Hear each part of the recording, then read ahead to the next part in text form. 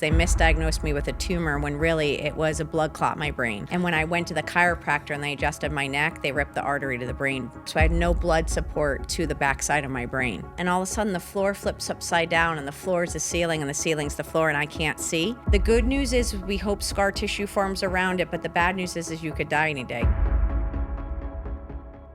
Welcome to the Rock Bottom Podcast, presented by Jigsaw Health, where we share health horror stories that inspire.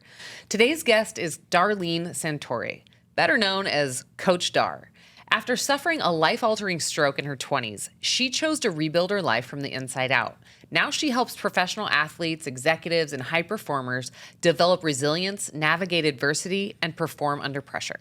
Before we dive in, just a quick note. This podcast is for informational purposes only and is not a substitute for medical advice. So please always consult with a healthcare professional before making any changes to your health routine. This is the Rock Bottom Podcast. Coach Dar, I am so excited to have you on the Rock Bottom Podcast today.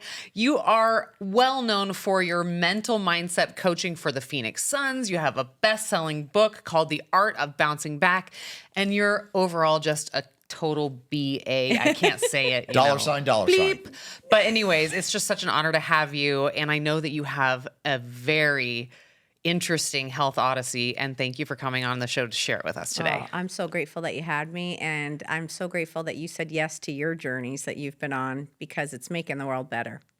We all have to do our part, right? Mm-hmm. Mm-hmm. Good. Well, take us back to kind of that rock bottom moment, or at least the first one that relates to this story. Which one? I know, exactly. Whichever one you want to if talk you live about long first. enough, you have multiple rock bottom stories. Yeah. But the one we're going to talk about today, and then we'll talk about what got you there and what got you here. So the first one would be around when I was 25, and I always thought I was living the American dream because I grew up, my dad was a tool and die maker, my mom was a barber. We lived in this quaint little town in Connecticut, and we had a big Italian family. We didn't have a lot, but we had a big community. And, you know, I had gone to school and became an occupational therapist and was doing really well in the hospital, taking care of traumatic brain injury and stroke patients. And it was a world-renowned hospital, and I was so grateful because it was the best education I'd ever gotten. I mean, we learned everything we needed to take care of anyone. Christopher Reeves came to our hospital. Cool. So just Superman. Yeah, anyone and anyone who needed the best care in specific areas came to our rehab and hospital. So I learned a lot. And the irony of this, though, is here I am, 25. I marry my college sweetheart. We have a dog, a house. We buy the book, What to Expect When You're Expecting. And, you know, especially in life, you have these expectations of how life's going to go and the timeline it should go on. And I think sometimes God laughs like, yeah, okay. And Yes. I had hurt my back. I had sciatic pain. So I kept trying to get it treated through PT until one day I'm like, I have to go to a chiropractor. Just nothing's working. The pain was so bad.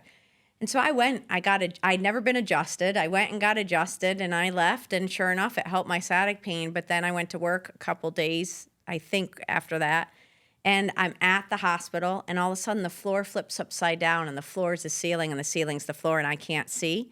And I have all this pressure in my head, but I don't think I'm having a stroke because it wasn't your traditional stroke symptoms. So I am near a stairwell. There's no one around me, and I'm trying to make my way down. But imagine you can't see.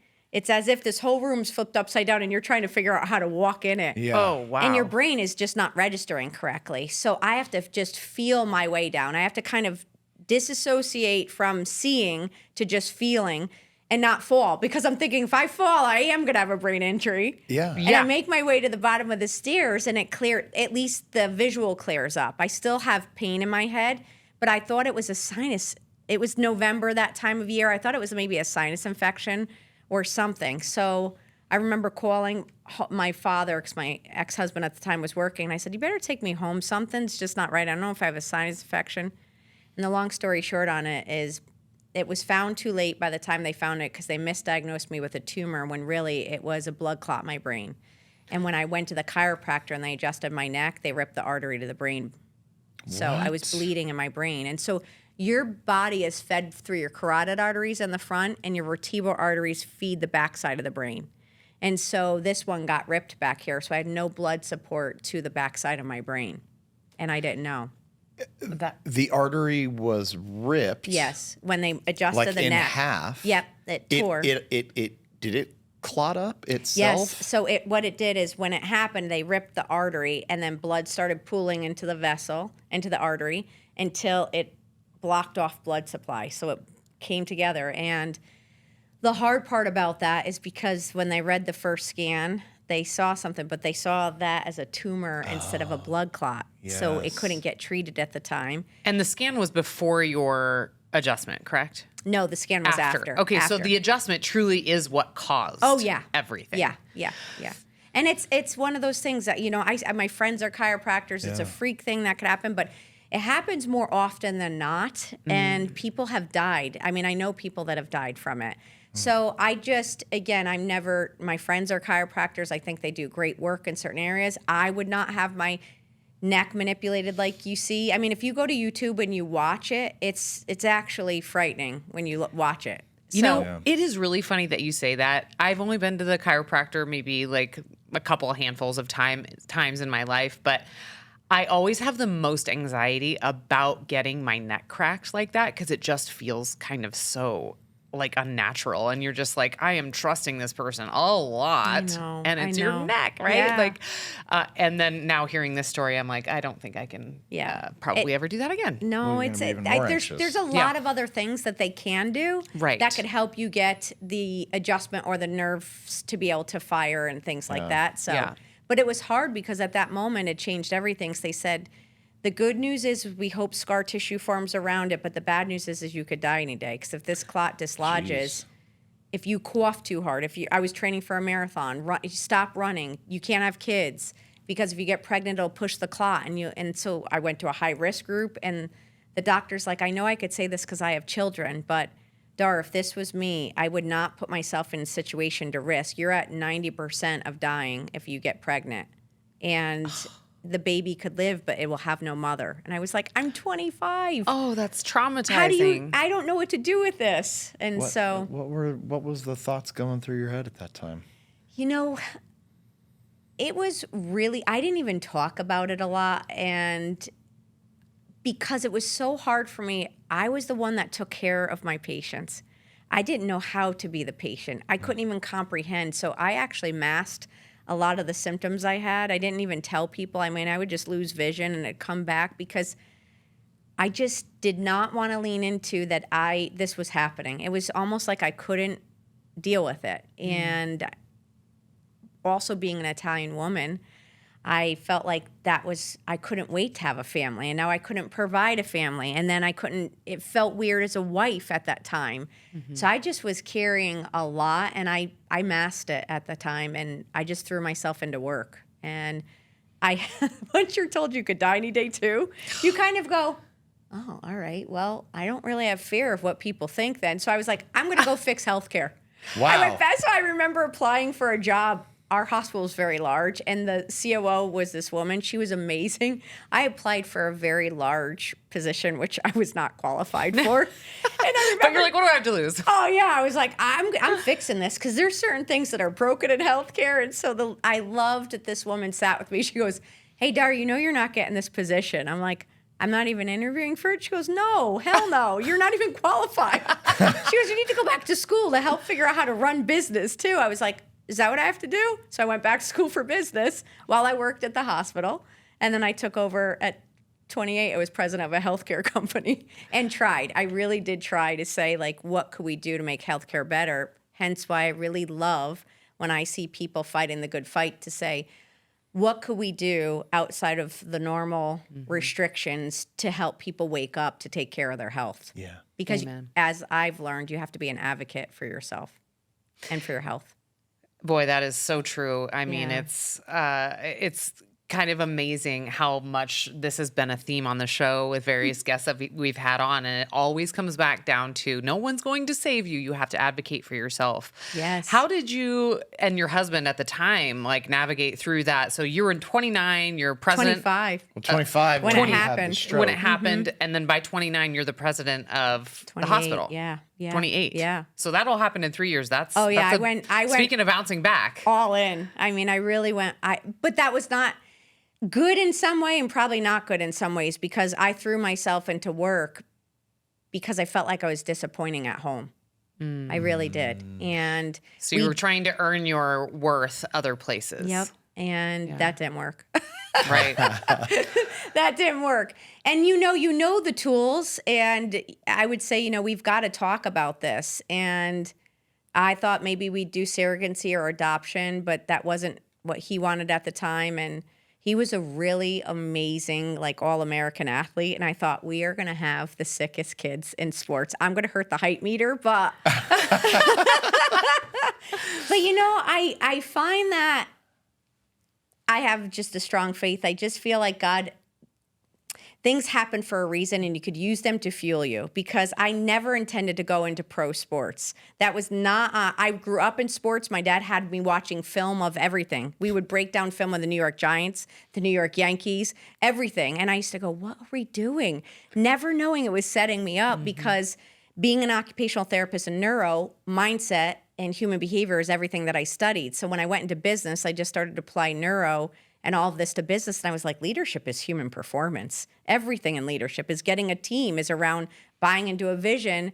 And then when I started my own practice, which my father thought I was crazy to do that, but it was very natural to me. And then that's when sports and athletes came to me. Before it was cool. Now it's cool. Yeah. And so it set me up to be able to take care of athletes and any peak performer, founders of companies, anyone in that peak performance space. But again, I didn't realize that. And a player recently said to me, I think God has a funny sense of humor because maybe you couldn't have kids, but now us kids pay you.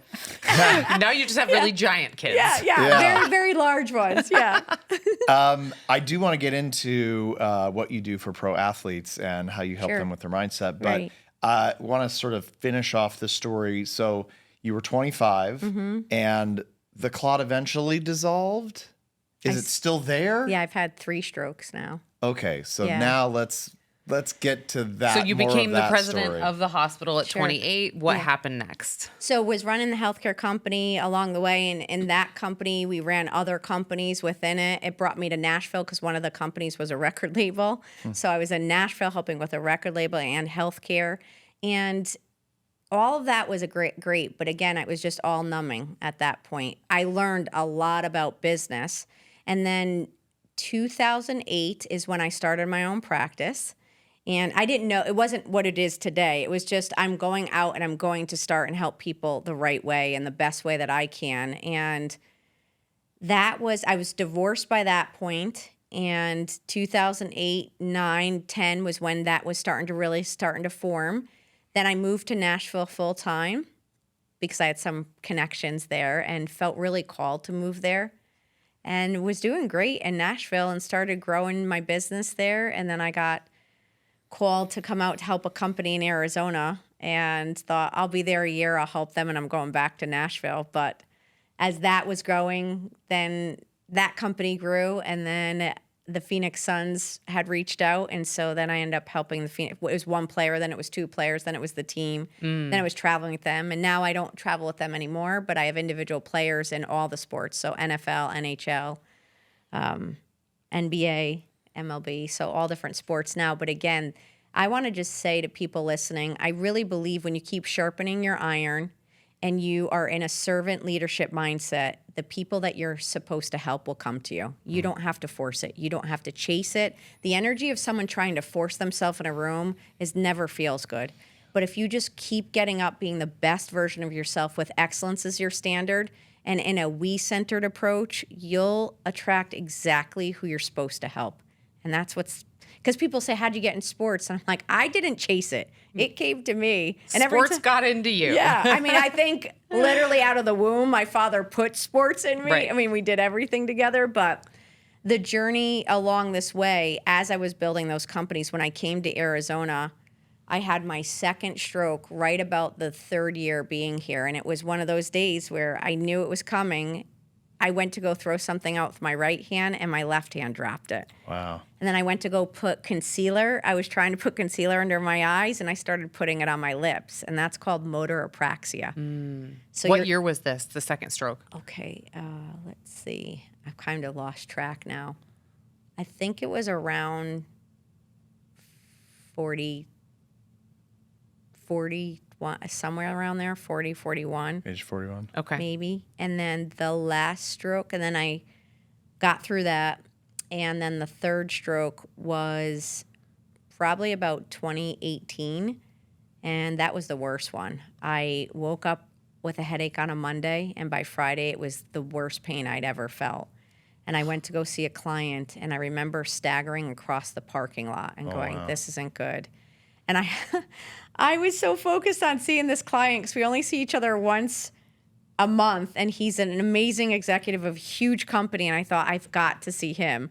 And at that time, I was a potential publishing deal, not for this book. I was trying to write a different book, and I went through those two meetings, and I thought, this is really bad. So I went to One Medical here, and they're like, Dar, we don't take your insurance anymore. And I was like, well, I'm pretty sure this is another stroke. So the doctor came out and took my blood pressure and was like, yeah, we've got to call an ambulance. And I said, hey, don't call an ambulance. If insurance doesn't cover this, they're sure as heck not covering that. No. And I said, so I Ubered myself to the ER. Oh, and I had a geez. note in hand that I was having a stroke. And so I teach on this point a lot.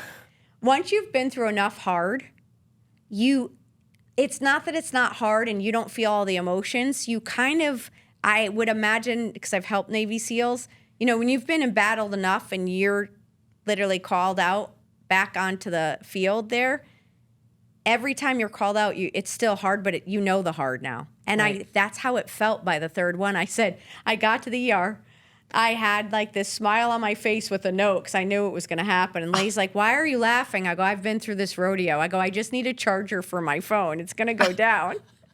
And, so when you've gone through hard and you just start to go, okay, what's going to happen? And one of the things that I wanted to share with people is this was the craziest experience. I saw my heartbeat going down. And When was that? This is the fourth. this is the third fourth. one. Okay, the third stroke. Yeah. And my family's in Connecticut. My mom she was still alive at the time. She had just had a stroke a month before. So I didn't want to phone home and say, hey, I'm in the ER. It would have given her another stroke. Sure. Right. So I didn't know who to call. And I just sat there and I ended up texting quickly because they took my phone to go get an MRI.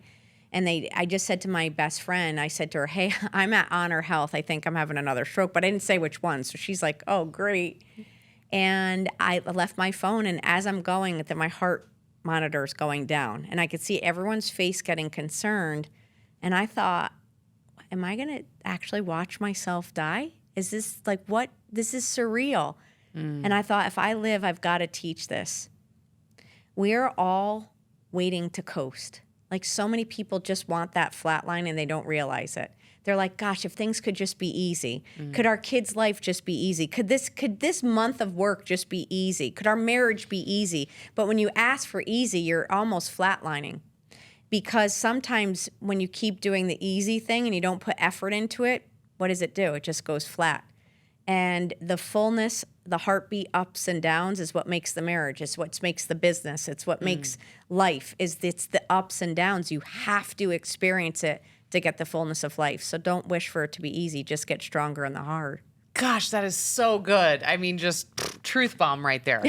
I love that analogy so much. And someone recently said to me, like, think of life as you have purchased a ticket for a roller coaster. How would you feel if you bought the ticket for the roller coaster and like it just went straight? Yeah. And it exactly. never like sped up or slowed down, and it was just like straight, and there was no dynamics to it at all. You'd kind of feel like you didn't get your money's worth. Yeah, That but is so good. you don't want to be vomiting the whole time either. Yeah, right. That's also true. Yeah, just don't go in the circles. Yeah, no circles. But Just you know, a ups and roller downs. coaster, you Yeah. want to have a little Yeah. dynamic to it, right? I love that because that you enjoy the ride. That's what I mean. Yes. It's the ride of life. It really is. And the fullness of it is the depth of it. And we're missing it. That's amazing that now it's so clear that you do why you do what you do, because you're in a moment, you're literally looking at your heart rate going down thinking maybe I'm going to die, but if I don't, I know what I'm going to teach people. Yeah. What an amazing like servant's heart, and like you just have such a magic about you. So thank you for sticking around and continuing to help us. I'm glad. I'll do it till we're done. Yes. I have questions. Yeah, Yes. please. Okay, so in your, gosh, I guess the fourth stroke. Third. The fourth stroke you said was the worst one. No, that's the third one. Oh, that. Yeah, let's not add a fourth. We No, had one at she's only 25, 40, and then like whatever. Audience, am I 2018 is- wrong? I wrote down fourth stroke, so You're I wrong. don't. Okay. I'm going to I'll cross say it that for out, you. and I'm glad that I corrected the record here. So your third stroke, which was at age 41. No, that was the second. That was the second stroke. Yeah. All right, so just correcting the record here. Staying, please hold. So in the third stroke, 2018, that was the worst one. Yes. That was the one that started with a headache on Monday, and by Yes. Friday you're dragging yourself to the parking lot, and then eventually you're seeing the monitor Right. go down. Okay. Do you? I'll just ask this sort of controversial question. Since your book is really about mindset and your coaching is about mindset, do you think you ever pushed yourself too far because of the strength of your mind? I definitely think that even prior to the stroke or not, I have that type of personality that's a driver. And it's very hard for me to slow down. And I think certain environments, so the season of the Suns that prior years and that year, it was one of the toughest for them. And I was in there trying to help them through it. So I don't think the environment was ideal for my health. Because But you lived through the stress of the wins and the losses yeah. with them, right? And the whole, all of it. And it's like you're so busy coaching others about their mindset, you're maybe not taking time to care for yourself, right? No, you know what? When you're on the road, I literally travel with them all the time. I mean, I want to give kudos to any professional athlete because everyone sees the flash of the game. Basketball, hockey, 82 games every day. It's Groundhog's Day. Wake up, practice, video, eat lunch, nap, game time. Get on the plane, go to the next city, get in at 3 a.m. So you're not really having a proper sleep. You get to the hotel room by 4 a.m. You have to get up at 9 a.m. for film, and then you start all over and you have to perform. This is 9 months. It's not like, oh, here comes the weekend, we get to have off and recover, or we're going to go to this event. They work 9 months straight, even longer, depending on playoffs. And Wow. that life is very tough. And so when people complain about what they get paid, I said, I promise the normal person would never do this. Yeah. And, It's a you know, grind. you're married to the sport. You're married to I was married to the sport. And I still to this day, you know, when people need something, if they need something at 12 a.m. after a game, I'm answering the call. That's right. Because I also want to say the higher up you go, the lonelier it gets in the sense of people don't cry crocodile tears when you make 300 million, Right. but they're still human Yeah. and they still have needs and emotions and health issues. So Well, and there's so much more at stake. yeah, and they're like- kind of treated. Some owners are very good and some are, but you know, even the fans, it's like now with betting, if it's not right, they're coming at you. They'll show up at the dinner and start yelling at you. Fans, it's like this is a human. If you You lost cost your me marbles, $150. and it's like maybe you shouldn't have gambled that. exactly. I'm sorry, Yeah. No. but yeah, it's yeah. the whole world. What I'm saying is very stressful Yeah. in a lot of ways, and I probably handle more than most. I mean, anyone that's in that space, you have to learn how to manage it. But at that time in my life, I think my body was not fully recovered where it needed to be, and I was back in it. So from ages 25 to 41, Yeah. you in your mindset were sort of like, I could be having a stroke at any time. Yes. How do you feel about that now? You know, it's Like, a what have great you done question. different? Okay. Yeah. No, it's such a good question because I just gave a keynote yesterday in Utah, and someone asked this, and I said, It's what I told the doctor one day when they said, "Hey, any day you could die," and I said, "So could you. I just know about it." Yeah. Such a good response. Yeah.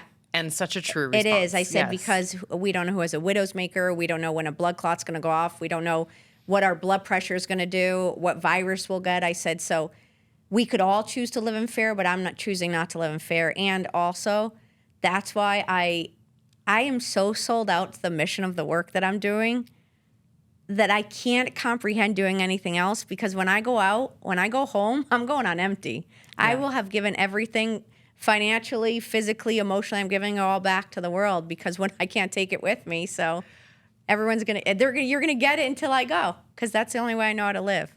Well, on that note, if you could go back and coach yourself at 25, right after that first stroke, what would you have coached yourself to do differently, perhaps?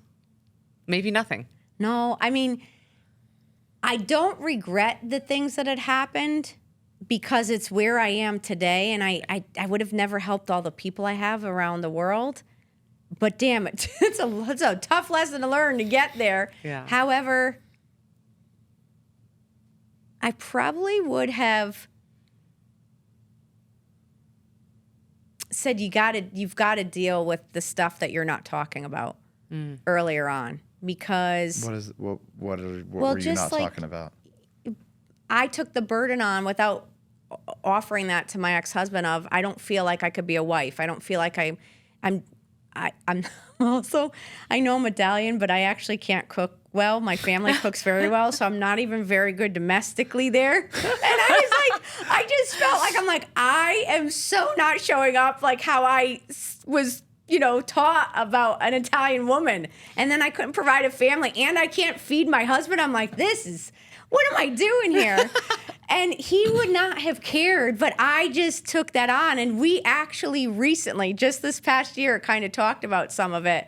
And it was so beautiful and cathartic, and just cried, because he's like, and he says of, I wish I would have, we could have gone after and talked to that chiropractor. We didn't say anything. We wish we could have gotten a second opinion on how to handle having a family. You're 25, we did not handle this well. And then I just threw myself into work and thought, I'm going to numb the pain of this. Mm-hmm. How long have you been divorced? Since 2007. Okay. Yeah, a long time. So almost 20 years. Yeah. And then I met people a lot. This is even crazier of the journey. It's in the book. So I have met people along the way, but because I was told I couldn't have children, when they said they wanted a family, I would back off. And it hurt. It hurt a lot, because I kept thinking, gosh, this stinks. I have to be back alone because I don't want to hold them up. So it's that servant of mindset of you go have the family that you want to have, because I can't give that to you. And when I had the third stroke and I went to a new neurologist at Barrows, it was like I was reliving the first stroke, because there was 2 doctors that told me when I couldn't have children, and then there was 2 doctors here that stood there and they said, "Did you say you thought you couldn't have kids?" And I looked at them and I said, no. Well, first let's rephrase what you just said. I didn't think this. I was told this by Yale's high-risk group. And they go, gosh, I think there could have been a way around this, that you could have had them all this time. And at this point, I'm, 40-something. I just turned 50, so whatever that was. And I just looked and I said, you have no idea the weight of what you just said, and I almost wished I didn't hear. Because he goes, now don't do it. It's way too high risk. He's like, You're like, you might have been able to, but now don't do it. Yeah. This is going to be way too high risk for you. But I was like, what? Wow. And you're thinking, maybe I could have had a family, and I could have, shared that with someone and had. Did you share this story with your ex-husband? I did. And what did he say? He just cried. Shoot. Yeah. I mean, Did he ever get remarried? He did. Did he have kids? He has a little boy. I think he's turning 16, who is probably going to go pro soccer. And he's amazing. Adorable. He's so cute. And he's probably going to need your coaching services. yeah, exactly. It's going to be a little ironic who your coach is going to be. Yeah. So, Could have been your mother. I know. Exactly. I'm thinking that would have been fun. He'd probably be like, this is great. But it's just one of those things that you're like, all of this, even this past year, having this conversation with him and seeing his kid in a picture. And I was like, that was hard when I saw, because I really wanted a little boy, and that was hard. I saw, and I'm like, I knew. I just, Yeah. It's kind of like whoever is a part of LeBron. Obviously, you have Bronny now. You know what you're getting. Yes. And we knew each other when I was 18. Like, I didn't really know, but I knew once I got to know him, like, wow, you are a good athlete. And here we are. And there's a lesson in that too, which is a little tricky, but how often is this happening to people? Which I think it's way too often, where the professionals, tell you something about yourself, label you with something, right, or basically diagnose you with something, and it's supposed to be treated as gospel. Oh, so much. And they should not have that kind of power. No. And, even with people that are getting diagnosed with whatever it may be, cancer, anything you want to label, I just don't want anyone to lose hope, because hope stands for hold on, pain ends. Oh. Hold on, pain ends. You may get a diagnosis, but there are a lot of treatments out there that may reverse that, or you may be the one that pioneers a new way to treat something. So, Amen. Yes, it comes on, but okay, so is this what we're dealing with? Now, how do we get around it? What do we do? Because if it takes our life, at least we will have died trying to fight for what this was. And that's kind of how I feel. Let's die trying. Jeez. God, that is like full body chill bumps right seriously, now. same here. I can't wait to read this book. I was going to ask you something, and now I'm totally spacing. But I have another question. Yes, go.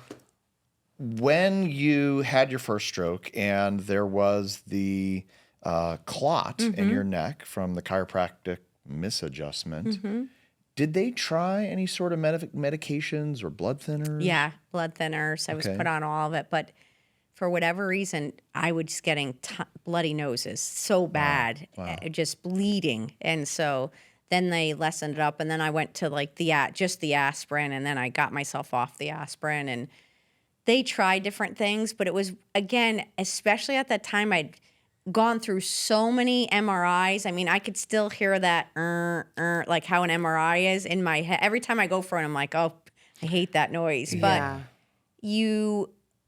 they had misdiagnosed so many different things that even the treatments, even all the way this third one where they just wanted to put me on narcotics, heavy narcotics to treat the pain in my head, that thankfully, Dr. Donese Worden, who I love dearly, she was there the night she came and sat with me, which I will never, ever be able to repay her for the love that she gave me to sit with me.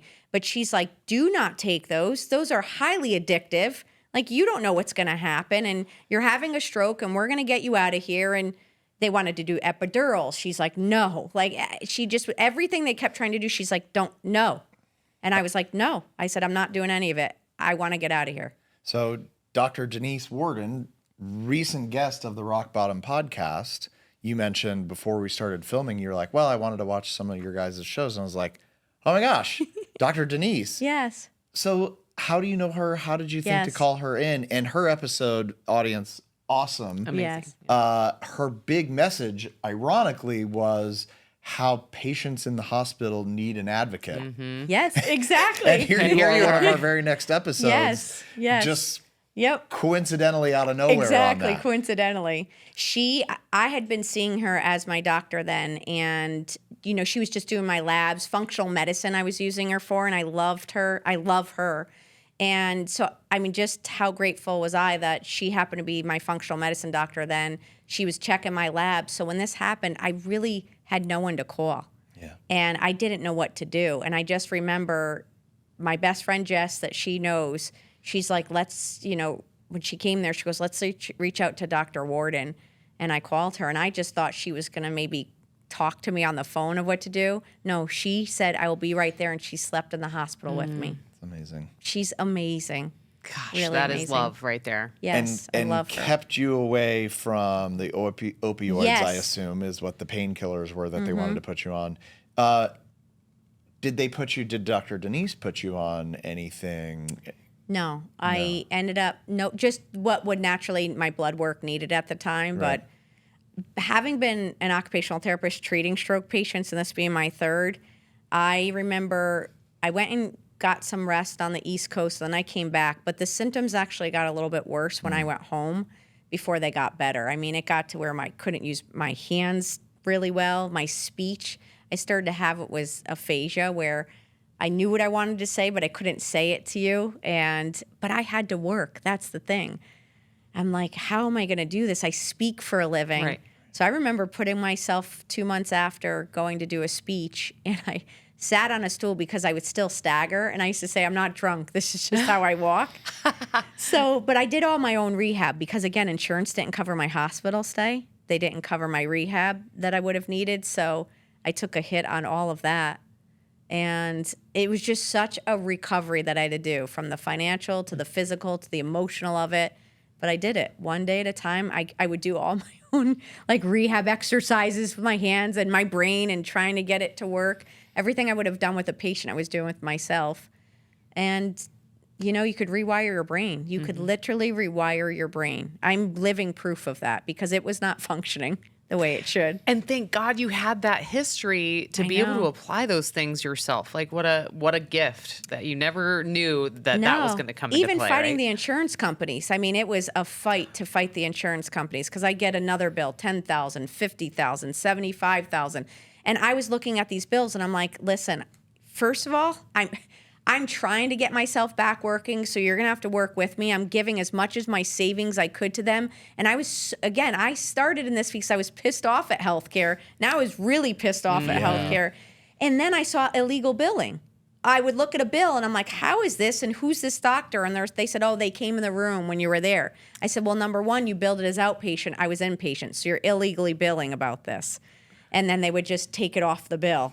It would just go away. It would just go away. I mean, how often does that happen where they just sneak it past people? Because when you're in a traumatic state like You're not that, looking. You're not looking. No. You don't even have the capacity. Your brain's not even firing that way. You're just kind of trying to make it through each day. And then, they're pulling it past so many people. I guarantee you that is so happening all the time. It was, and that's what the irony of having lived through this, try to help healthcare. I was definitely way more equipped to handle this as a therapist and as a hospital administrator, but I never wanted to go through it in this way. And then when my parents both got sick, they're gone now, but we just knew how to fight the battles. But we had to, for both my parents, I still am in awe. Doctors would come in and say, so what's going on here? I would go, did you not talk to the other doctor? Did you read the chart? Do you know what's happening? And they're like, well, can you get us up to speed? I said, no, you're the doctor. You bring us up to speed. The fact that you're walking in the room, that you're asking us to bring you up to speed is a disgrace. That is not how my sister and I would get fired up. I was like, you can't possibly be the doctor and come in and ask this. And that's why I kept saying to my sister, be an advocate. This isn't right. We're not leaving. You have to advocate. Yeah. Can I introduce you to my friend Magnesium? Yeah. I'm trying to think about how to deal with the regulatory aspects of how, dietary supplements are not intended to treat, cure, or prevent any disease.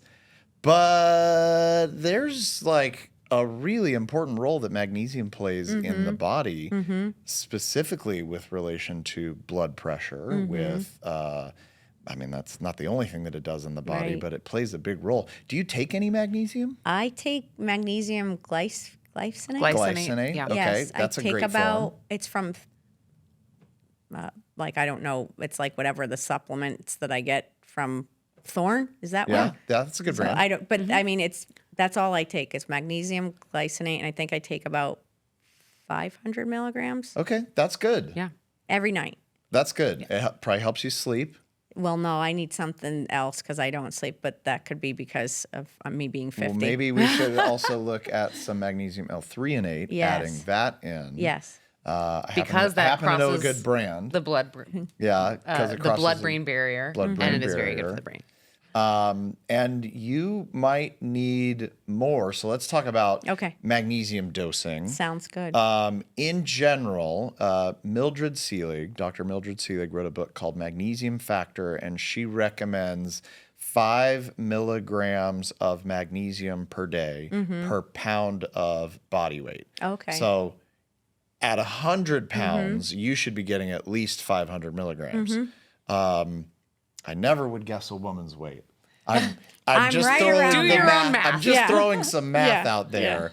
But then our good friend Morley Robbins, creator of the Root Cause Protocol, has added a bit of a corollary to Mildred Seelig's formula, which is magnesium burn rate, MBR, Okay. increases under stress. Okay. Because the body the more stress the body is under, the more energy the body needs to combat that stress. And magnesium is a part of the ATP reaction, magnesium 2+ adenosine triphosphate. So 500 milligrams might be just barely enough for you. And Okay. with the stroke history, Right. I would have you talk to your lovely doctor, Dr. Worden, Yes. about like, hey, Right. should I be taking more? Right. Can I take more? My friends at Jigsaw Health gave me some of this stuff. I love it. Can I? Yeah. She's a can I big fan use of our that? electrolytes, There's too. there's actually a little bit of These magnesium are in the potassium this is cocktail. delicious, by the Good. way. Awesome. Yeah, that's the blue raspberry. I'm going this, shopping when I leave here.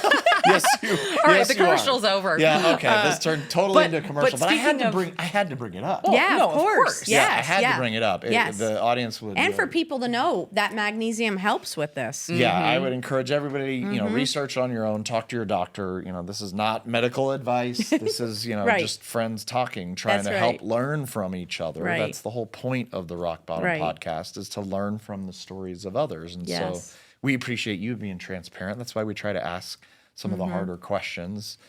Well, I think that's where people connect in life is, vulnerability, because you could share all the successes, which are awesome and they inspire you. And it's something, for people to see that they could be there too. But then you have to know that along that journey, it's not without some struggle, because everyone's going to go through it. Yes. I mean, it helps it be more like attainable for people if they understand, like, well, hey, once upon a time you were maybe no different than me, or, Yeah. like you didn't just wake up like this. No. You know what I mean? That's the whole thing. And that's sometimes like social media. I could get on a rant about that, but it's like everybody puts their best on social media for the most part. And it's like, you think that they have this perfect life and, oh, how do they do it? And then you start to feel the lack of like, oh, I'm nowhere close to that. Like, why is my life not like that? When the reality is you don't really know what's happening off camera. Right. I'd love to know more about your self-care. Like what do you do every day, Yeah. or how do you Great care for question. yourself these days? Well, I have been working out since I was in 8th grade with my dad. So working out, lifting, I do a lifting program Monday, Tuesday, Thursdays, and sometimes Fridays I'll lift, and then I'll mix in Pilates and outside walks. I started to add in a little bit of sprints because I realized I go on a hike and I'm like, my cardio is not, I'm a little winded. I should probably increase my VO2 max here. That's I awesome. do cold plunge and sauna. So I go to a place I love here. And I would say the other part of my recovery, which I think is important, is my community. I have really good inner circle, and it's kind of how I grew up on the Sunday dinners. The community, and if you look at life insurance, they want to know what's your community, because loneliness is a #1 epidemic right now. And I think people need to do life with people and as couples, and there's got to be a community. So I refuel through I'm extroverted in my world of work, but I'm introverted. Quality time is my love language. So I love being with my people one-on-one. And What are some of the things you do in your community with your people? Like just for Definitely fun? exercise. I mean, there's probably something we're moving or exercising. Pickleball, maybe? Yeah, how's your pickleball game? I need to stay consistent. I need to be over here every week. Yeah. But pickleball I love pickleball because it's community. I mean, it brings people together. So I just can't play with certain friends that are really good because I that's bring their not us, game so. down. I bring their game down. But pickleball, going to sporting events, even though I'm in it, I love seeing people get a chance to all sit together and cheer for something. For that night, they get to check out and have fun. And so I love going to games. I love music. I love art things. And then I love I have groups, communities that I'll meet once or twice a year that are way smarter than I am. And they're all in their like 80s. I love the elderly. I go learn from everyone that's gone before me. And I learn from those that are younger than me. But those that have gone before, it's like sit down and get their wisdom before they're not here. So I go sit with them and I'm supposed to be helping them. I'm thinking, no, you're helping me so much. But I want to say one of the things that I think everyone should do is I wrote about this, which is have a friend for every decade. So 10 years old, 20-year-old, 30, all the way up if you could get till 90s to 100, because I have a friend for every decade.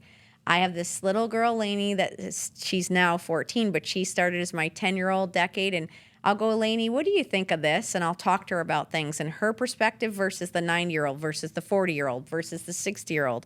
And when you just do life and you meet with your friends, they're your friend. You have a friend. We would go and she'd be like, oh, this is one of my best friends. She'd introduce me at school. Aww. And it's so cute. And we go and have lunch and we get to know each other and we do life together. And my 99-year-old friend who just passed away, she said, I'll be your most fun friend when I met her at 92, and she was. She was hilarious. This lady walked every morning, walked every sunset. She was healthy all the way till 99, and she stayed healthy because she kept moving and she kept serving people. She kept her mind active. But I have learned from all of my friends, because I never want to get rigid or stuck in a bias or not understand the world because of where I am in life. I want to make sure I understand the world. And you understand the world when you understand people through their ages. Gosh, that is such a great tip. Have a friend for every decade. Yes. I'm going to be working on that. Yeah. That's brilliant. So draw a line on a piece of paper, 10 to 100, and for every decade, write a name over it. And that becomes your friend for every decade, your circle. This is beautiful. I love that. We love to ask the question, at your what you would consider your rock bottom moment, if you had to rate your status, your well-being from 1 to 10, 10 being the best, 1 being the worst, like what number would you say you were at? 1. Yeah. I mean, I remember as soon as you asked that, it wasn't right after the stroke. It was even a couple years after it where I was divorced, and I just remember sitting there and thinking, I can't get up, and I'm the one that gets everyone up, and I literally don't know how to get out of this. Like, I had never felt what sadness, like that kind of sadness, felt like, and I just thought everything that I get called to is always so big, and I just thought, I'm just gonna pack it in. I'm just gonna play it small. And I remember my sister coming over going, God did not give you new life to isolate or go back to old ways. Like, you've got to get up there. There are people that are relying on you. And you not getting up is not going to help the situation. I said to her niece, her name's Donese, but I call her niece. I said, I hear you, but I know. Like, I know. It's what I would say to someone. But I don't have the strength. And this is a crazy thing, but this is what got me out of it. It was a Saturday in the summer. My hair was on top of my head. I had like a fleece on because I'm in the air condition. Like, I didn't want to see a human. I was like in that mode. I just can't get up. And I had a Blackberry then. And the Blackberry, I would get this devotional Monday through Friday. This was a Saturday. So devotional will give you some message that you're supposed to hear for the day. And my sister just left with that message. And then my Blackberry starts buzzing and buzzing and buzzing. And I thought I had it shut off, and I wanted to throw it through the window. I was like, I don't want to talk to anyone. And I look at it, and it's a devotional. But the devotionals only come Monday through Friday. It's Saturday. So I'm like, I don't know how this is coming through. And I look at it, and it said, you did not get new life to isolate or go back to old ways. It's time to get up.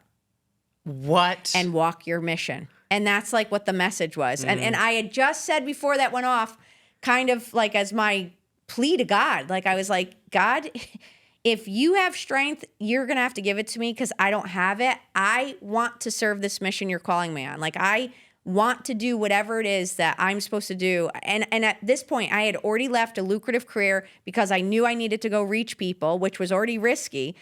And then this went off. And so the next day I just got up, I went to church, and I've been going ever since. I just didn't look back. It was, I don't know what. Divine it was what intervention. I need. Thank gosh. Because I literally was, it was like one of those, I call them God winks that it's like, Yeah. you know, when people are like, God, if you're real, then I need a sign. That was my sign. Yeah. And I just haven't looked back. Hasn't been easy, but I haven't looked back. I'm still going.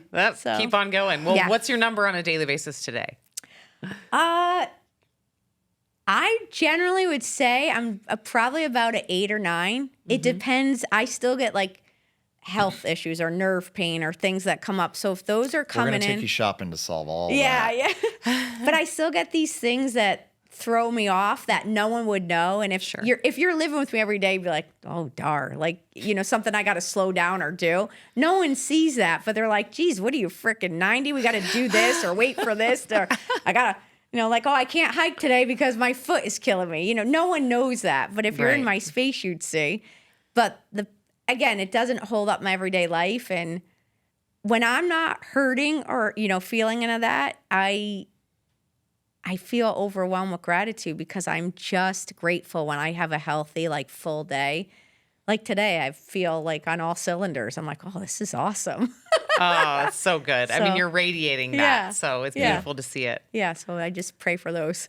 Yes. Where can people find you and follow you? You could go to coachdar.com, and also Instagram is probably, I'm on LinkedIn too, but Instagram is the Coach Dar, so THE and then Coach Dar. And that's where I probably put most of my material, like especially stories. If I'm thinking of a message I want to share that day, or it's either going to inspire people, move people, or make them laugh, because I think humor is a big part of it. I love following you, and I highly recommend anyone listening, just give her a follow. It will absolutely make your day. Thank Laughter you. is the best medicine. Yes. Magnesium is a close second. I saw that on your window. Well, we always ask if you were to write a book, what would the name of that book be? But seeing as you have already written a bestseller, The Art of Bouncing Back, Yes. find your flow to thrive at work and in life anytime you're off your game. Coach Dar, thank you so much for coming in today. Thanks for Thank having you. me This on. was a wonderful conversation. Thank you. This episode of the Rock Bottom Podcast is brought to you by Jigsaw Health, a family-owned, Arizona-based nutritional supplement company. Every formula is made with clean ingredients that are third-party tested to ensure that what's on the label is in the bottle and nothing else. Learn more at jigsawhealth.com. Do you have a health horror story? We're always looking for stories that will inspire others, so please use the link in the description to apply to be on our show. Finally, if this episode resonated with you, then please like and subscribe. It really helps others to find our show, and we want to help spread the word. New episodes drop every other Wednesday, so thank you so much for tuning in, and we'll see you on the next show.